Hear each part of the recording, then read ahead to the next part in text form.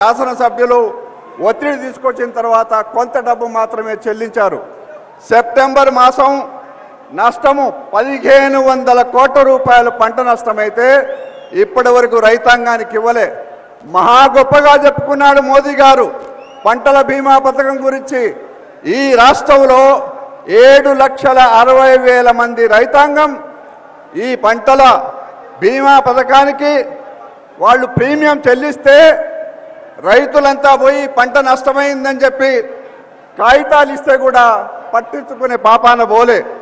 అందువల్ల నేను ఇవన్నీ కూడా 3 సంవత్సరాలలో రైతాంగానికి వ్యవసాయానికి చేసిన ఈ ప్రభుత్వం అన్యాయం, అక్రమాలు, ఆడిన మాట నిలబెట్టుకోకుండా చేసిన కార్యక్రమాలు ఒక్కసారి మీ అందరికీ గుర్తు చేస్తూ 2004లో మనం ఎక్కడ కూడా వాగ్దానం చేయలే. మొత్తం దేశంలో 73,000 కోట్ల రూపాయలు అప్పుల మాఫీ చేస్తే మన రాష్ట్రంలో 13,500 కోట్ల రూపాయలు ఒకేసారి అప్పుల మాఫీ చేసిన సందర్భం గుర్తు చేస్తూ సెలవు తీసుకుంటా. జై హింద్. మాజీ మంత్రి హైదరాబాద్ మాజీ కాంగ్రెస్ అధ్యక్షులు నాగేందర్ గారిని మాట్లాడుతూ కోరుతా ఉన్నాను.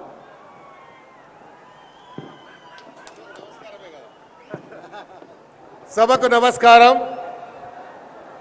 తెలంగాణలో సంగారెడ్డిలో మెదక్ జిల్లాలో తెలంగాణ ఇచ్చిన తర్వాత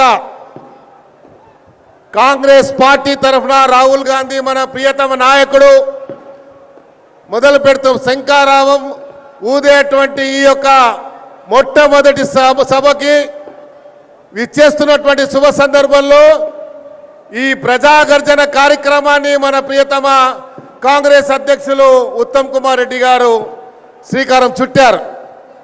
దారి పొడుగునా వస్తూ ఉంటే ఇది కాంగ్రెస్ కార్యకర్తల ప్రళయం అనే విధంగా ప్రజల యొక్క స్వాగతం పలుకుతా ఉన్నారు.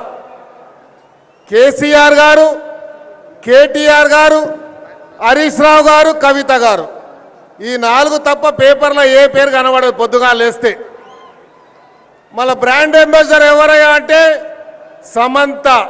చేనేత కార్మికులకు చేనేత వస్త్రాలని ప్రమోట్ చేయాలి కాబట్టి సమంత సినిమా యాక్టరే దొరికింది. కవితకి ఇవ్వచ్చు కదయా బ్రాండ్ అంబాసిడర్.